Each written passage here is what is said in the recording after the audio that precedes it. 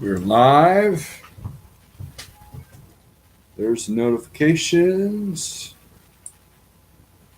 Let's see what's going on. Shall we? Oh, man. What is going on?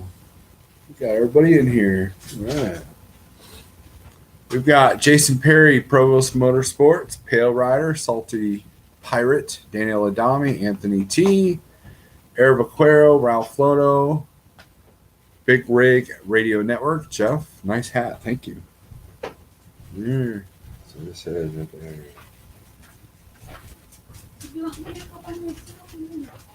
And let's see, we got Charles Brandt, Keith Lowry, Grafton, Dan Roberts, Ralph's Trucking. How's it going, guys? We got some people in here, so that's good. And yeah, it has been a while. I think I've only done 3 live feeds this week. Hi, YouTube. Sorry. Don't mind me. Yeah, don't mind her. Trucker Steels, Mike Miller, Richard Melvin, what's up? Clyde Garland, Big Rich. Big Rich. So, anyways, guys, I thought I'd label this. There's been a lot of negativity this week, a lot of negative stuff going on in the YouTube universe and in the trucking universe. So, let us talk about positive things. And let's talk about gratitude. Let's talk about the positive things going on in the industry, in your lives, in my life, everything else. So, you're a busy man, YouTube and trucking. I don't think I'm subscribed to you, Ralph, am I?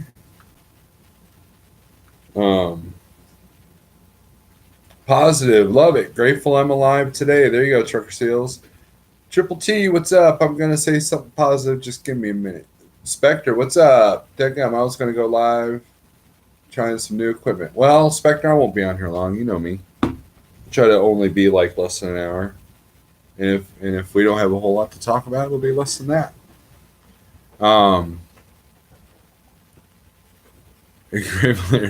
Faded. There you go. See, that's the thing. It could be the littlest thing, but little things add up. Let's see. Charles Brandt, blessed to have children and doing great in the trucking industry. There you go. Provost Motorsports, I had some beer this weekend. That's positive. Yeah, I could use a beer. Do we have any beer? Yes. Where's it at? In the fridge? There's a couple in the fridge and there's one in the utility room. Oh, okay. Might have to do that. Pale Rider is being positive. Daniel Adami, I'm positive that my truck will be ready till Wednesday or Thursday because my shop boss at my company is a big dummy and don't know a thing on how long it takes for a DPF filter to be taken off and cleaned and put back together. I don't think your nephew knows how this positivity thing works. Yeah, I don't think that's how positivity works, Daniel. You feel naked without your wrench? I'll be right back, guys.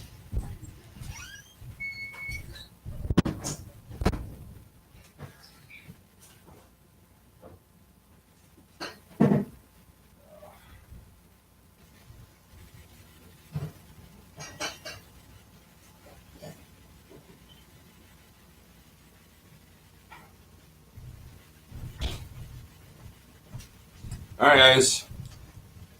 Here are my choices. Coors Light or Ultra, Michelob Ultra. Which one should I grab? You guys decide for me. You're positive that you're in here. Colors Light, Ultra. Give you 5 more seconds. Looks like, let's see, we got 1, 2, 3 for Coors, 1, 2, 3 for the keto one. I don't think, the keto one would be Coors, so we'll do that. So let me put the other one away because I probably want it cold.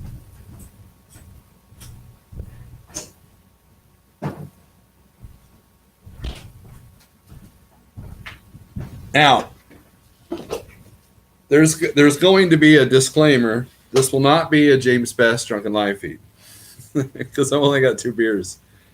That looks like we're doing can openers. Yeah. I don't even know where my can opener is. Hold on. There we go. All right.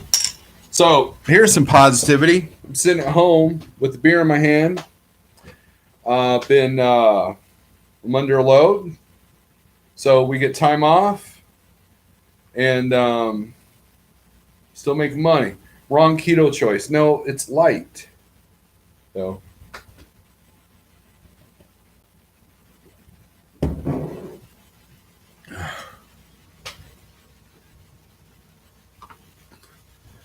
I'm positive both those are not good choices. It's been a minute since I've had this. See, here's, a while back, we'd let other bands stay with us whenever we did a gig. It saves them room, saves them money on a hotel room. And every time we played with this band out of Arkansas, they would bring a ton of beer, and it would just sit and sit because we're not heavy beer drinkers at all. And before my keto journey, I was drinking a lot of the Smirnoffs and the fruity beers, Blue Moon, stuff like that. But I hardly ever drink anymore. No whiskey, Big Rich. No whiskey. But read the carbs. Yeah, I know there's carbs. But you know what? You know how many carbs I've probably had today? I'm probably not even up to 20 grams. So I missed a super chat. Let's see. Oh, $2. Here's to a positive super chat war. $2. Well, there you go, Salty Pirate. Thank you very much. Both, says Clyde. See if I missed any other comments here. Yep, we're all talking about beer still. Truckers say, well, your beard is amazing. You could donate it to Locks of Love, and a baby face like Daniel Adamo could know the feeling of a super beard. Yeah, but then what am I going to have? Right? Neutron and proton. The title told me to say something positive. Do positively charged particles count? Sure, man. Whatever floats your boat, Brent. Whatever floats your boat. Guys, I used to deal with depression. Let's get serious for a second. I used to deal with depression quite a bit. It's inspired some really good music. And hell, lately I've had a couple of songs in my head that I got to get out. Band's got to start playing again. But anyways, I started to turn it around partially with my diet. A lot of people think that's crazy, but your diet has a lot to do with your mental health. That is tried and true. When I started to eat healthier, there's a sense of mental clarity. Anybody who's been keto knows what I'm talking about. Anybody who's missed or lost a lot of weight, you know what I'm talking about. I know Next Gen's lost a lot of weight. Provost has lost a lot of weight. Big Reggie talking. And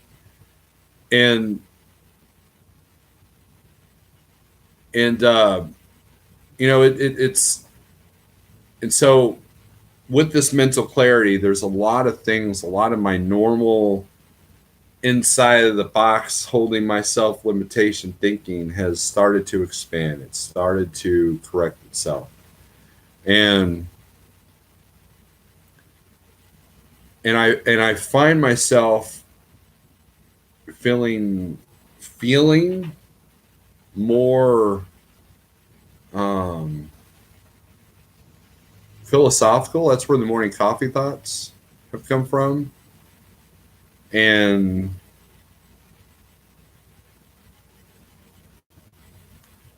it's helped me with my business. It's helped me with my family. And so it's been a little bit easier to think of positive things. And gratitude brings hope. Hope brings the seed of change. And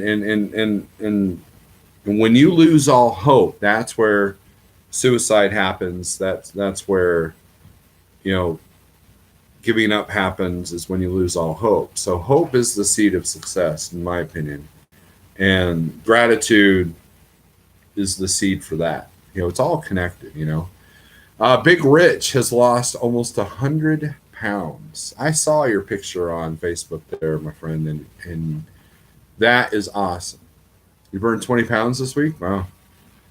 Anthony T says he's gained weight. Yukon Cornelius is here for the drama. Well, bring it on, Yukon. Bring on some drama for me.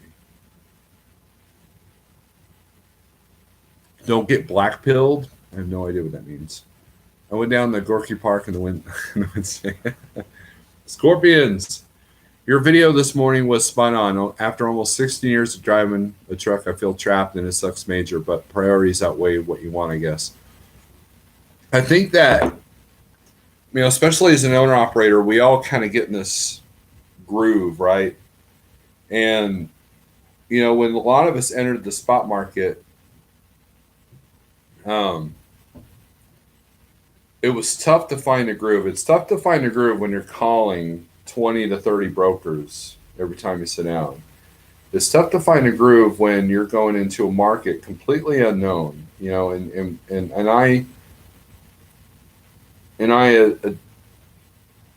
kind of compare it to when I first went to Landstar. When I first went to Landstar, number one, I was dealing with owning a truck for the first time. I was dealing with self-dispatch for the first time. And, you spend all these years going, oh, man, my dispatcher doesn't know what he's doing. My load planner doesn't know what he's doing. Well, self-dispatch humbles you very quickly, right?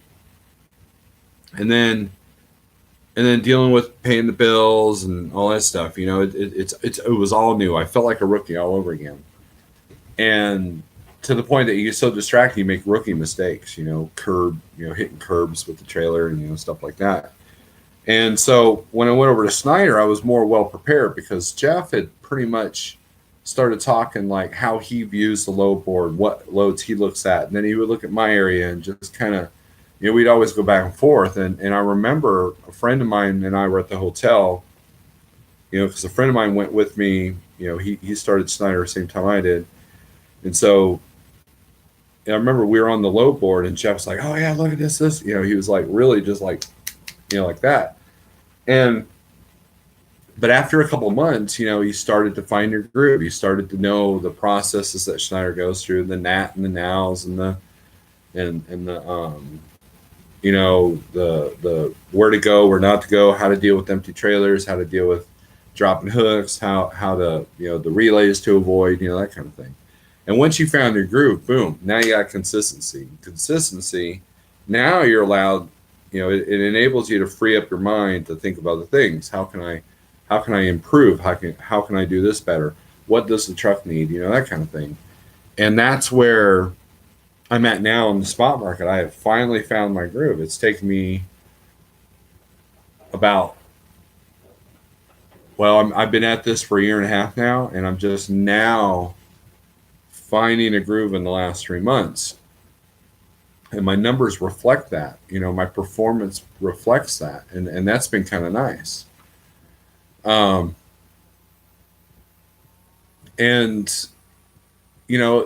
a certain, and Big Rich can relate to this. He says, honestly, discovering my roots, reconnecting with the old ways has changed my life. I've been listening to a lot of that Danheim, it's like Viking music or whatever. I've been listening to a lot of that. But there's a sense of clarity and a sense of like cleansing when you shed 100 pounds. Am I right, Big Rich? When you shed, Big Rich, Next Gen, you both can relate to this. When you shed 100 pounds, there's a cleansing of the soul that goes on. You guys might think I'm crazy. You guys might think I'm nuts, and I am. But you gotta understand that it's almost a self act of love. It's almost like, what, I deserve to be better than this. I deserve to not abuse myself, and face it, whether that distorts your focus. The fact that at one point the weight came off easily because I didn't have to focus on it. It was just happening. It was very liberating. It was very, I don't know. I can't explain it. And people that saw me at Matt's, you saw it in my face. You saw it in how I acted. And it sucks that, if I make it to Gats, that a lot of the people that I really want to see aren't going to be there. Um, Big Rich to Slim Rich. There you go. Another $2. Thank you, Salty Pirate. Thank you very much. The groove was in the beard, but you had to grow it to show it. Yeah, there you go. I've been listening to the Viking folk music too, a bit. Absolutely. It's almost as if there's a weight taken off your soul as well as your bones and muscles. Right. Because when you're feeling lighter on your feet, and it's not a struggle to get in and out of the truck. It's not a struggle to get in and out of your trailer. It's not a struggle to do basic things like lay down or get up. I was so big that I had, my top bunk is always down, and I have to like grab it to get myself up because I was so fat, and when you're able to spring up out of a chair that you couldn't, or you're able to get out of bed and your back doesn't hurt because you're not too fat to be laying down, it's very liberating. So there's almost like a soul cleansing, and this fog is being lifted. It's like the mental clarity comes in, and it's like you don't even desire those foods anymore. You don't even desire the things that brought you to that place. And I can't explain it. So the people that fall off the keto wagon, don't give up. Just because you fall off the wagon one day or 1 week, don't be afraid to get back on. Don't hold it against yourself, because I know what it's like to have a step back in a diet or in a eating plan, and then like out of anger you almost eat. I'm like, well, you know what? I fell off the wagon, so screw it. I'm having a whole pizza. I've been there. I've done that. And see if I get these five annoying me. And you can't go back to your self-abusive ways. It's just not going to work. Music trucker, I've been out here 12 years because I couldn't get a job in my career and went to college for. I hear you there, Bandit. I am the wagon, says Yukon. I think it's partly an increase in testosterone and feeling more manly and masculine helps you temperament and ego. Big Rich, you're absolutely right. That is a proven fact that your testosterone comes back up. And the more overweight you are, your testosterone levels drop. That's a fact. That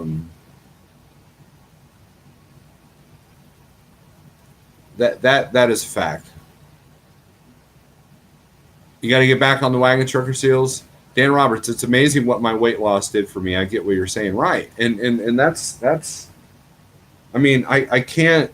People people were like, well, how do you go without this food, or how do you deal with not doing this, and how do you deal when you go to a restaurant, and how are you not missing this and not missing that food, and how are you not how are you able to go by a bakery and not want anything, and it's like, because I've been there, I've done that. I've had some of the most exotic foods, some of the best tasting foods in the world, and yet look what it did to me.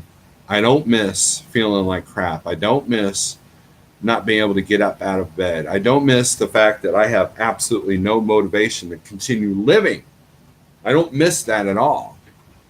And so, the life that I got back is far better than any pasta, any bread, any of the things that brought me down. So falling off the wagon, there are times when I bended my rules a little bit. Bent my rules, I guess would be better. And like the beer. Like, for example, this is a rear. This is a rear. This is a rule bend, right? And it's not something I do every day. It's not something I do every week. And my daughter keeps me in check. We went out to eat last week and I had a hamburger and I forgot to order it without the bun. And I had some of the bun, but after a while, my daughter was like, she was like, well, why did you do that? And I ended up throwing half the bun away, but still it was like, she's keeping me in check. You know what I mean? So that's really cool. But, and that's another important part. If you're on this weight loss journey, whether, I don't care if it's keto or not, you need friends and family to support you and keep you in check, because sometimes you need that extra bit of discipline. Sometimes you need that extra motivation, for the times that you may not be thinking clear. The way you can come back quickly, I've been there. Spud Runner, you are absolutely correct. I lost 60 pounds doing an all juice, vegetable juice fast, fruit and vegetables. I was, if you watch that movie, there's a documentary on Netflix called Fat, Sick, and Nearly Dead. And I did that. I did that vegetable fast, and it was amazing, but it was a lot of work. And what I realized now was that there are elements of that juice fast that were destroying parts of my body. And when I gained the weight, I ballooned up pretty dang quickly because I did not solve the problem. And once you get some mental clarity, once you get to where you're not obsessed about food, you're not thinking about food, and that mental clarity is coming in, now you can approach problems like low rates, bad brokers, running a business. Now you can approach those things a lot better.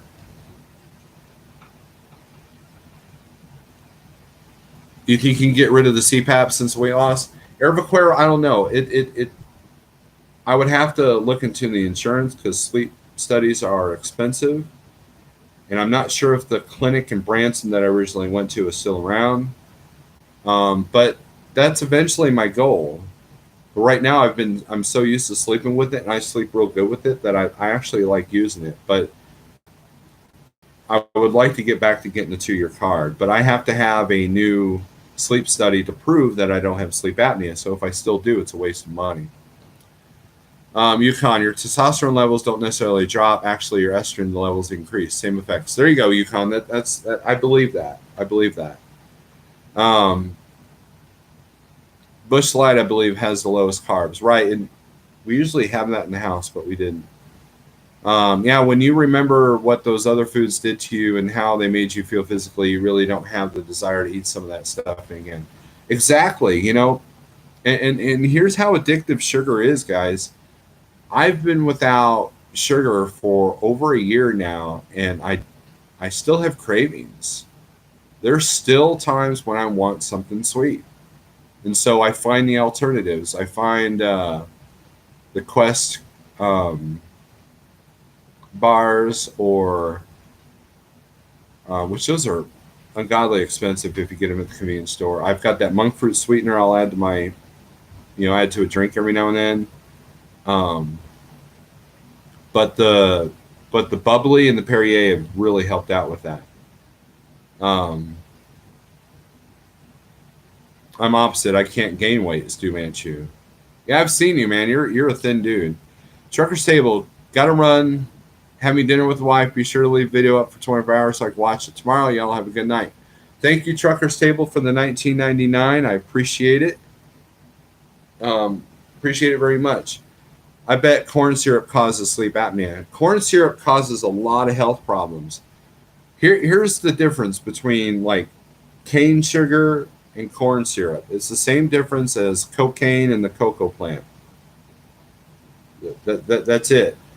Cocaine is a very refined product of one aspect of the plant. Well, corn syrup is a very refined product of one thing. And as Pale Rider pointed out, sugar is poison. It really is. And I wholeheartedly believe that. And that is why it is easy for me to avoid it. Because I know, I look at it like this is poisoning me. To have a little bit of fruit is not a big deal.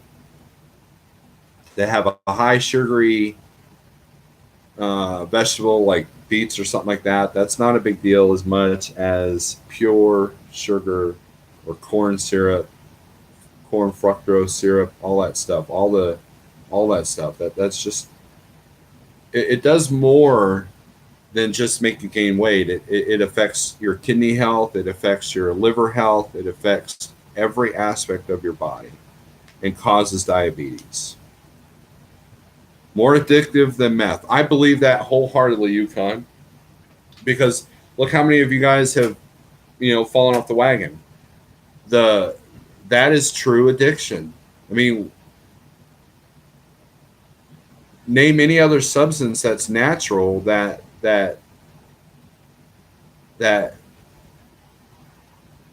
is hard to give up. You know what I mean? It's like there's something to that. If you have trouble avoiding bread for over a month, or if you have trouble going without a soda for over a month or something like that, you got to look at that. You're like, well, what is it? And it's not willpower. That's the other thing. If you've fallen off the wagon, do not beat yourself up, because it is not just about willpower. It's about how your body reacts. Read The Obesity Code by Jason Fung. It tells you that most weight problem, most obesity is a hormonal imbalance. And that creates something that's beyond willpower, and once you get to a certain point, you start looking at your mind a little bit deeper, and you have to change your relationship with food. I've said this over and over in other videos. If you've fallen off the wagon, it's because you haven't changed your relationship with food. Once you do that, then it becomes easy, and then you never look back.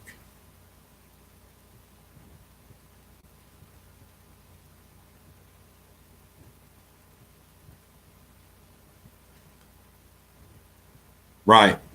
And it's and I can't stress how much better you're going to feel. I mean, I just can't, and you have to be careful though. You don't want to replace junk with junk. I mean, I ate a lot of processed meats. That's how I got off the sugary stuff. That's how I got off. I was doing more of an Atkins kind of thing.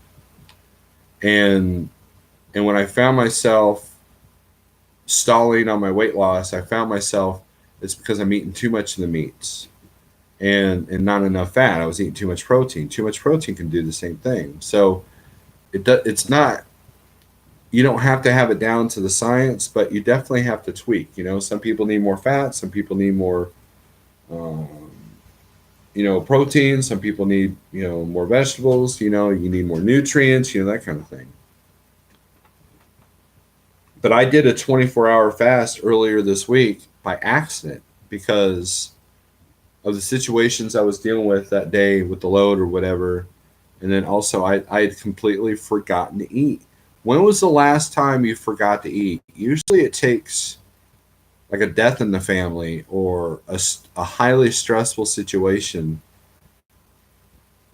where you have forgotten to eat, and I think that's where the whole tradition of bringing food to a, not to a funeral, but like to an afterwards, like when my father passed away, neighbors from all over and family and friends brought us food. We didn't have to cook for a week.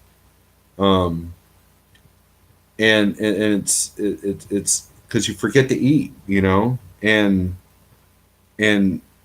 it wasn't that I was stressed. It was just that it wasn't a priority. Next thing I know, I'm, because I put the cream in the coffee, so that kept me satiated. So I wasn't really hungry. And then when I sat down to finally eat something, I was like, wait a minute, I haven't eaten anything today. That's kind of incredible. And that's when you're heading to the other side as far as like getting into a normal size, a normal body. Been cooking brats and dogs and steaks on the truck to help keep me on track. There you go, Grafton. That's what I do too. I still do buy the bratwurst, the Johnson or the Walmart brand, the uncooked ones. I'll put them in the lunchbox cooker, all 6, and then boom, that's 3 meals. I've been doing a lot of hamburger this week. And then I got a pork roast I got to cook, since I'm home. I got to cook it probably tomorrow. And then, that'll be dinner for the next couple of days. Because even when I'm home, I still cook for myself. So that way my wife doesn't have to make too many adjustments on what she's got planned for dinner and all that. Last time we forgot to eat was way back when I was on meth. Yeah, that'll do that too. The moment I recall that I hadn't eaten in a day, sometimes I want to eat right away, and that drives me crazy. Right? I didn't eat all week, and I felt great. Almond Chimera. Yeah, the lunchbox cookers are great. I mean, the first one I had, my friend Big Rick CEO gave it to me when he got off the road, and that one blew two fuses, and I still can't get to the fuse for the front 12-volt plug-in. So I got the one that I already had in the garage. I got it out, and it's been working like a charm. Started using it again. For a while, I got out of it, but I buy for those of you who have a microwave and don't want to use a lunchbox cooker or some kind of grill or something, you've got the pre-made, already cooked hamburger patties. Those aren't perfect, but it's better than nothing. I have not been able to do a fast for more than 24 hours though. I just haven't been able to do that. And I think that is partially a willpower thing, because when you fast, it becomes kind of weird because you get hungry for a minute, but then it goes away. It's not like when you're carb adjusted, you get the shakes, you get irritable when you haven't eaten in a while. That doesn't happen when you become ketogenic, I guess, when you go the low carb route. When your body's fat adapted, it's much easier to go without eating. I unfortunately suffer from hypoglycemia, so fasting is not really an option. Well, Anthony, the good news is that you could still, like 80% of the week, I'm still eating 3 times a day. And I think that's partially why my weight stalled a little bit, but I'm still losing. So I wouldn't worry about that. Fasting, you can always eat something, right? You don't need to fast more than 12 hours anyways. I do a 12 to 16 Yukon. A lot of times I'll eat no later than 8 p.m. and then won't eat again until like noon. It's exactly what I did today.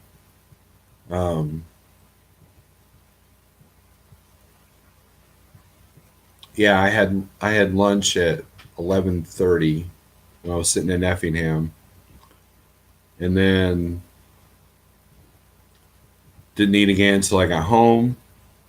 Actually, didn't eat again until I had dinner with the family. So it also clears up revision. Almond Chimera, I haven't had that benefit yet. In a way I have, in a way I haven't. Wow, Steve, that makes a lot of sense, you idiot. It seems like it fluctuates. I've had my lowest A1C recently. I credit intermittent fasting and hope to have a 2-year card in a couple of weeks. That would be awesome. I would love to get back to a 2-year card. But unfortunately, I got to get rid of the CPAP machine to do that. So, and the other benefit of a CPAP machine, it saves marriages, and it keeps people from killing you in your sleep. So it's awesome. Anything over 12 hours doesn't make a difference unless you're prepping for a colonoscopy. I don't know. I've read that the autophagy starts at about 16 to 24 hours. After 24 hours, it's pointless as far as fasting. But we're not going to argue. So I've had that done. I've had the colonoscopy. Fumu says he loves Doritos and Mountain Dew. He does, Daniel Ladawi. He absolutely does. He showed up at Matt's with a whole carload of it. But anyways, so when you wake up in the morning, think of something positive. Think of something that you're grateful for. Think, whether it be alive, that the truck ran all night, if you had the idle, or if your APU ran all night, thankful for the load that you got. You know, I go through this routine every morning while I'm drinking my coffee, and as I'm walking around the truck doing the pre-trip, I'm grateful. You know, it's like if I was here's a good example. If I walk around my truck, okay, and I look at all of its faults, right, and I concentrate only on the faults. Well, this needs to be better. This, you know, and I'm not talking safety. You know, it's a safe, you know, sound truck. I'm just talking like cosmetic stuff, or you know, the worried about the fact that it's got 573,000 miles on it, and you know, and I mentally, real quick, I put myself in a position that there are a lot of people that actually want what I have. You know, you got guys out there paying $4,500 a month on a lease payment, and they would kill to have a truck that's got a low payment like mine. Or you got people that have bad credit that are a company driver, and they would kill to be able the ability to get a truck. So I think about those things, about how grateful I am that I have this truck, that it's a blessing to me, not a curse. See, that's the other thing. Gratitude, you know, if I look at my truck as a curse, it's going to be a curse. If I'm grateful for that truck and how it can make me money and everything else, then your gears change in the head, and you start thinking, you know, and what that does is that creates the path to figure out how to run it better, how to run the business better, what to look for in the truck. If you appreciate that truck, then you're quicker to find problems with it. Um, you know, if you're constantly in looking at the truck next to you, like, oh man, I wish I had a truck like that. Man, that would be so cool, but I'm stuck with this piece of crap truck, blah blah blah. Well, now that truck becomes a curse, and that's what's going to happen. You're gonna get that effect, and suddenly all the negative aspects of your truck are magnified times 10. Next thing you know, you're miserable, you're stressed, you're not wanting to be out here. See, there's a connection. There's a connection to all of it. There's a connection. It's all energy.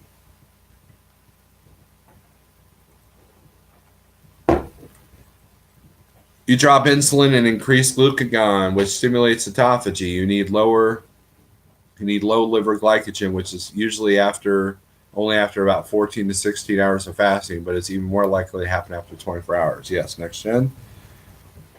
Most of my fasts are at least 16 to 21 hours. Just be happy with what you got. There you go.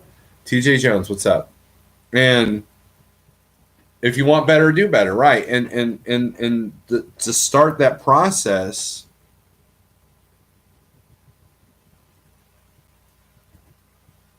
you have to be grateful for what you have. I'll give you a prime story, a prime example, a story. It's story time with Steve. Yay! So, as a kid, I loved riding my bike. When we lived in Hawaii, I was on this dirt bike. It looked like a little motorcycle, you know. That thing was awesome. I was all over the place. My parents couldn't get me off that damn bike, right? And when we moved to New York, you know, I had my bike there. Didn't ride as much because it gets cold up in upstate New York, right? Right, Yukon? And then when we moved to Arizona, I had to get rid of the bike. I had to sell the bike because when we moved to Arizona, we moved it bare bones, right? And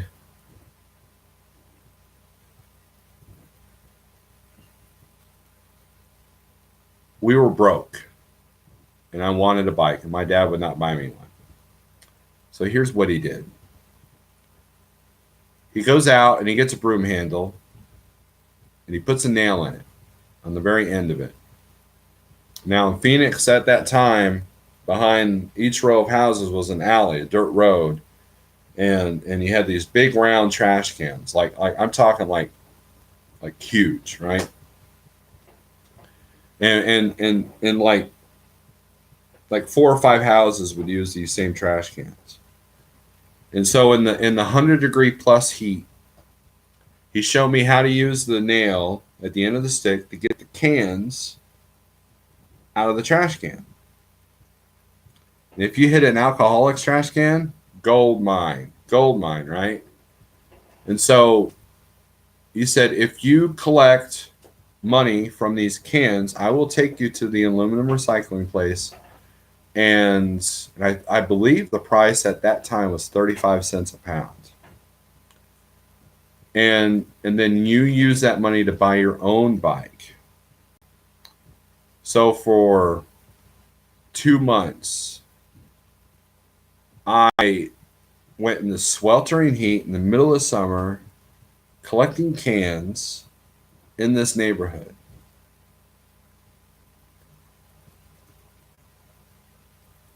And once my dad saw that it was kind of a slow process, he did actually finally help me. And he got me, now, I didn't know it at the time, but it was a Schwinn Stingray. You know, it had the banana seat and the gear shift. You guys remember those?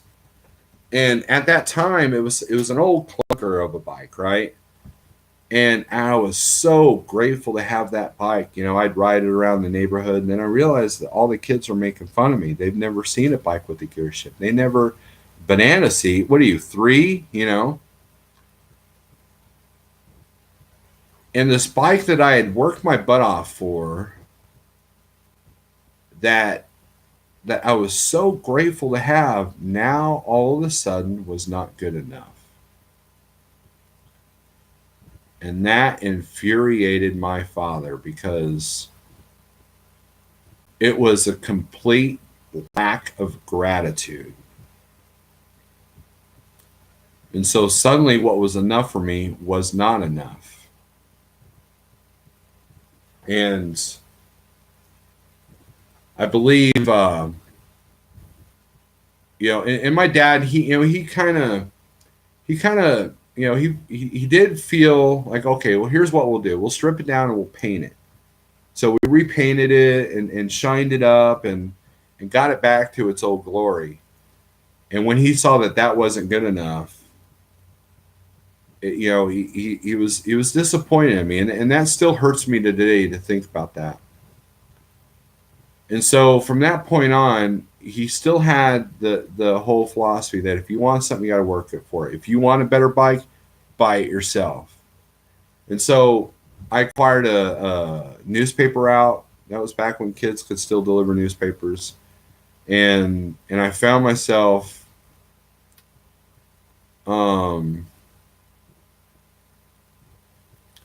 buying bikes, and eventually got into the BMX freestyle world, you know, and that kind of thing. But I always seemed to be behind. I always didn't have the latest grace. I couldn't keep up with the Joneses. And looking back, how much of my life was wasted worrying about what I had compared to others, when I should have been happy with what I had. And therefore, that gratitude would have brought me a lot more happiness versus, you know, the friends that had the perfect bike, but yet were miserable in their pathetic lives. So that was one of the earliest lessons of gratitude that I really didn't get till later on. You know, when you become homeless, you become grateful for when you do have a roof over your head. And I've been there, I've done that, you know.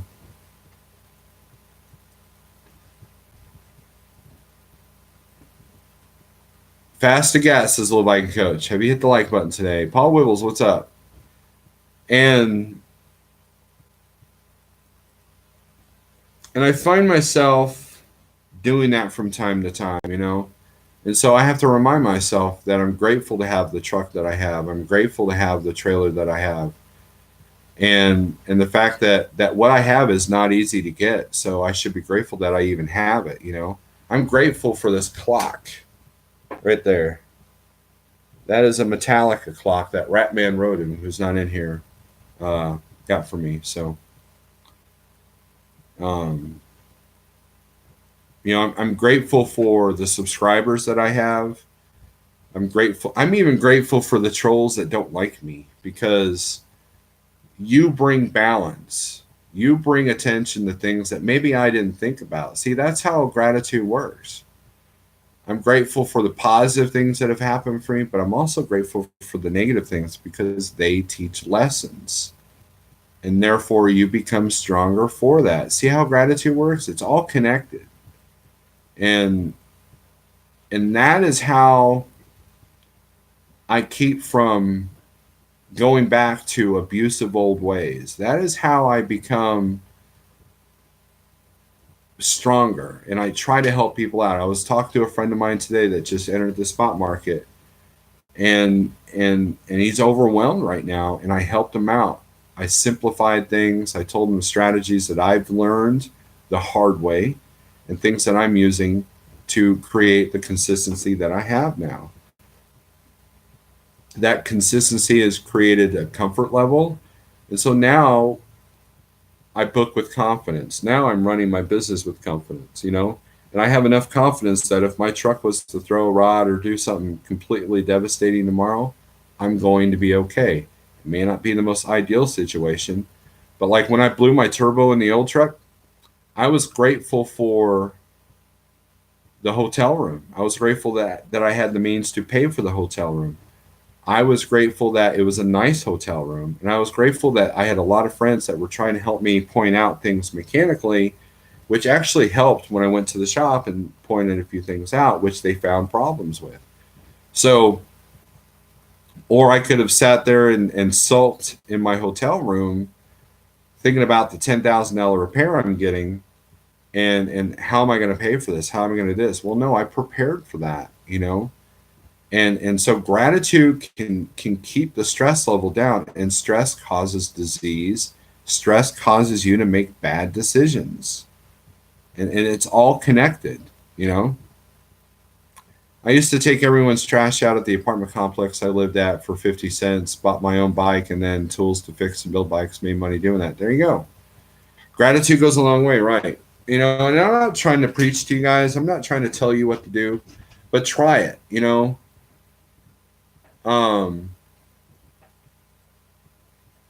Because when you have a clear mind, because you're not as stressed, it's a lot easier to make better decisions for yourself. There's a lot of people that think that I can go to the next level with my business. They have more confidence in me than I do. And, but, Ratman told me something very, very, there was a point this week where I felt like I was spinning my wheels. I felt like I was kind of depressed, and like, man, what am I doing? It's like you got all this doom and gloom in the trucking industry, and I've got really good friends that have lost their trucks and fallen by the wayside, and it's like, how am I surviving? To be honest with you, and he said that every day is forward progress. Every day that you're still alive is forward progress. Even if you don't profit for the next month, the fact that you're still in business is forward progress. And I'll tell you what, after this conversation, I felt better about things. I felt really good about a lot of stuff. And it changed the frequency of the day. And that's like the third time Ratman's done that for me. It's good to have good mentors. I was on the phone with Jeff. Jeff's in the truck. We had a good talk for the last, not the last, but like for 2 hours today, just talking about, non-trucking stuff. We talked about campers, and we talked about some tax stuff, and we talked about, some of the goings on YouTube. But at the same time, I had some legitimate questions. He kind of answered me, and I told him a couple of strategies I was looking at. And he thought it was a good idea. Little stuff like I've been thinking about refinancing my truck, and I was told that that's probably not a good idea if you don't need to, because if you can afford your payment now, try to pay extra, pay it off quicker. That way you get that equity quicker. And I've got enough equity in that truck. I can go out and get something brand new right now. But I don't know if I want that commitment, nor do I think I need that kind of commitment right now. Snorler is surviving by cutting his grocery bill in half. Yes, little bike coach, my finances have changed, and I've been saving a lot of money not buying stuff at the truck stops every day. It's been freaking awesome. Think about this. If you're doing $10 a day at $30 or 30 days a month, That's $300. Do you guys include that in your cost per mile? Are you including that with your salary that you pay yourself as a business person? Do you take that into account when you look at what you need to survive? If you pay, a friend of mine said he pays himself $600 no matter what every week. Does that $600 count towards the food that he spends on the road? That kind of thing. And and if you take, math is hard, so we're going to use a calculator. But if you take $300 times 12, that's $3,600 in fuel or in food. $3,600 in food a year. Eating out. That's at $10 a day. How many of you just burn $10 a day? When you go in, every time you can buy a coffee, a bottle of water, and a bag of chips, which I don't recommend doing, and that'll cost $10. You could buy a Subway footlong, that'll cost you close to $10. So do you only eat that one sandwich a day? No. Do you eat more than that coffee and the chips and everything? Yeah, you do. So if you double that number, that's quite a bit of money you spend just in food alone. So the less you eat, the more money you save. That's also been a motivating factor. Hi, sir. That is so true. Stress kills at your pace, sir. Keeping it real. Thank you, Denise. Stress is the number one cause of disease. Stress is caused by environment, whether it be, chemical or mental or physical, that all causes stress. That's what creates fail. A failure is stress. That's what makes you give up. That's what makes people put a gun to their head is stress. You have people, there's an infamous story here in Springfield where this teacher that I knew in high school, I didn't have him as a teacher, but I had friends that did. He was under trial for killing his children. And come to find out that he had a lot of money problems, a lot of money issues. He killed his wife too. It was alleged that he killed his wife. And it was all for life insurance money. That was the motive.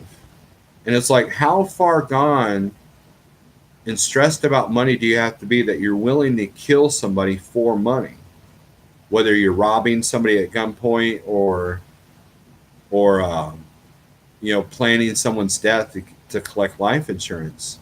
And he got off on a technicality, I believe. They just could not convince the jury. And to this day, it remains unsolved. But, you hear about those kind of stories all the time. That is stress, A guy that I used to work for at a restaurant killed himself because of money stress. So I get it, but I don't get it. I don't, it's crazy to me that money can cause that. I burned upwards of $30 a day at truck stops when I finally broke down in grocery shop listening to my wife. Spending $50 at the supermarket lasted me 6 weeks. Really? $50 lasts you 6 weeks? You feel like you're getting $10 to death, right? Herbaquero. So reduce your costs, reduce your stress. Reduce your stress. Now you've got hope. You get hope. Now you've got the keys to success. Keep moving forward. Keep swimming, as Dory put it. And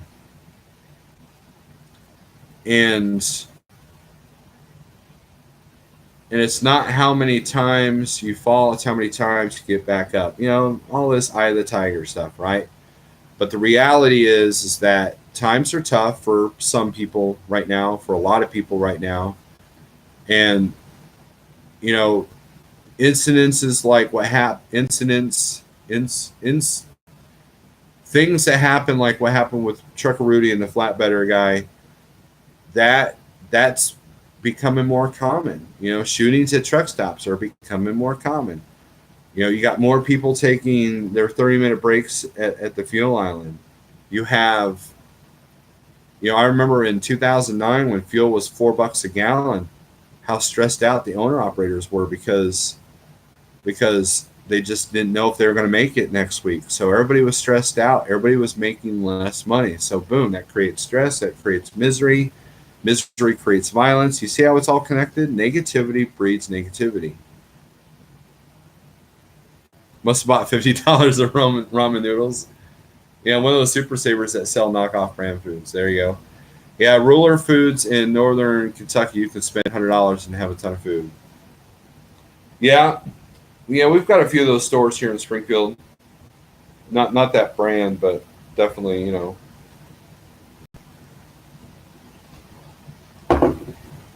But you know, it's, you know, so find something positive, find something to be grateful for, even if it's breathing. I am breathing. Boom. Now you got something to work off of. Now you got a little bit of glimmer of hope that will be the seed to going through your day. But not now, since I'm just trying to eat meat and veggies. There you go, Clyde. Look, for those of you who doubt, I am evidence that low carb works. I am evidence that sugar is poison. Go to my channel and look at my videos from 2 years ago. Look how miserable I looked. Look how miserable I sounded. Look how miserable I was. I picked up a load earlier this week, and there was this guy who got out of his truck. And he was so big, the truck kind of bounced up a little bit. And if you guys have seen that video where the guy actually, you know, there's a guy that actually has to use the ladder to get in and out of his truck because he's so big. He was almost to that point. And when you go into the office, the shipping office to check in, you know, there's the shelf, you know, where you sign in. And he literally had to lean on that shelf, all of his weight, because he couldn't stand up straight. He was so big, and if you looked at his like initial frame, everybody has like this frame, right? And it's not as big as you think, and you could tell it was just too much weight for this frame. And he was miserable. His legs were purple. You know, when he got back in his truck, his steering wheel was hitting him in the gut. You know, and in the Peterbilt 579, and I was sad for the guy because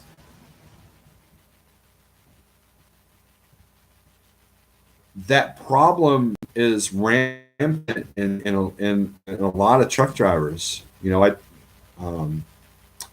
I picked up in Fostoria and was talking to a Schneider driver, you know, because they had the new tablet. So I was curious about it. You know, I was asking about it, and this guy was just breathing heavy, and he looked like he was 2 heart attacks, you know, a heart attack away from parking the truck. You know, and I feel so bad for these people because there's a solution, there's a fix, there is a cure for that. I promise you, there is a cure, and it's all in what you eat.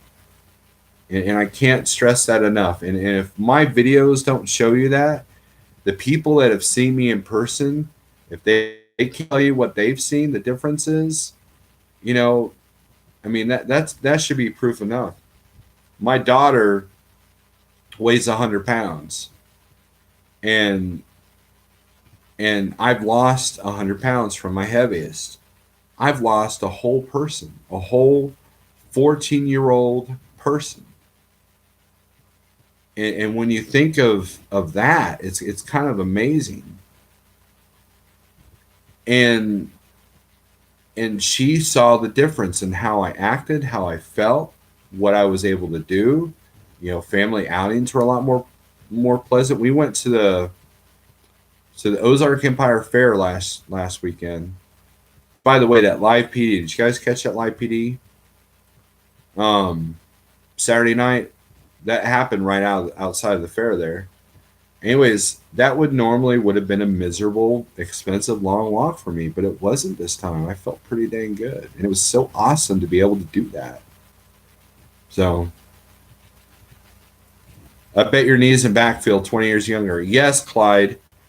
In one of my little rants at Matt's, I think I was talking to Kevin and Ollie.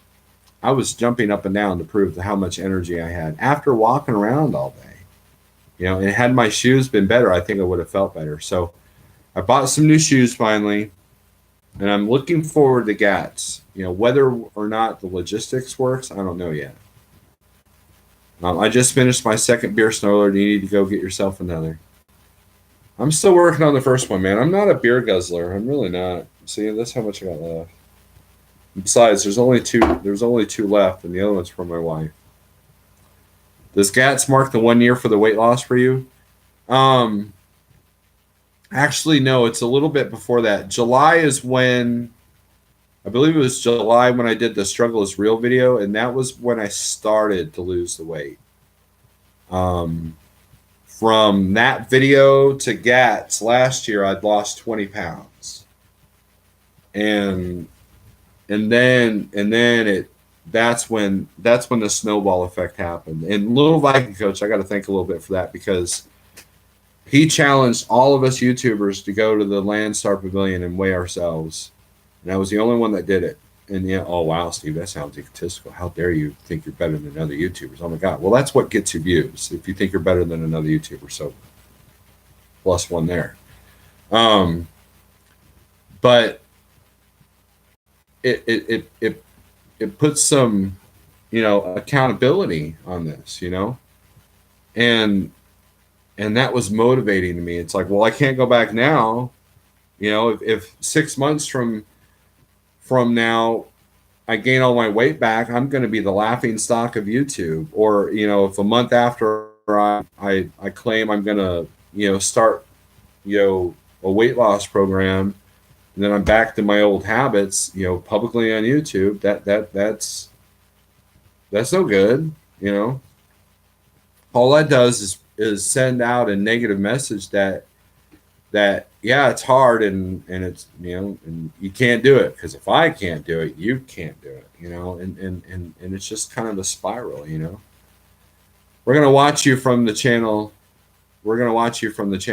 My channel, maybe. Okay, I'm gonna hit the hay. You folks all take care. Stay safe out there. So we're at an hour. I think I've blabbed on long enough, trying to be Mr. Motivational here.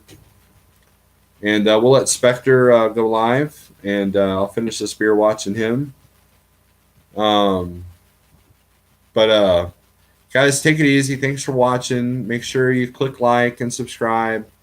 If you have a really bad negative attitude, go ahead and hit the thumbs down. If you think I'm full of it, hit the thumbs down. If you don't like the fact that I do live feeds, hit the thumbs down. But if not, hit the thumbs up. It makes me feel warm and fuzzy. Makes me feel grateful. So, that being said, thanks for watching, guys, and see ya. Take it easy.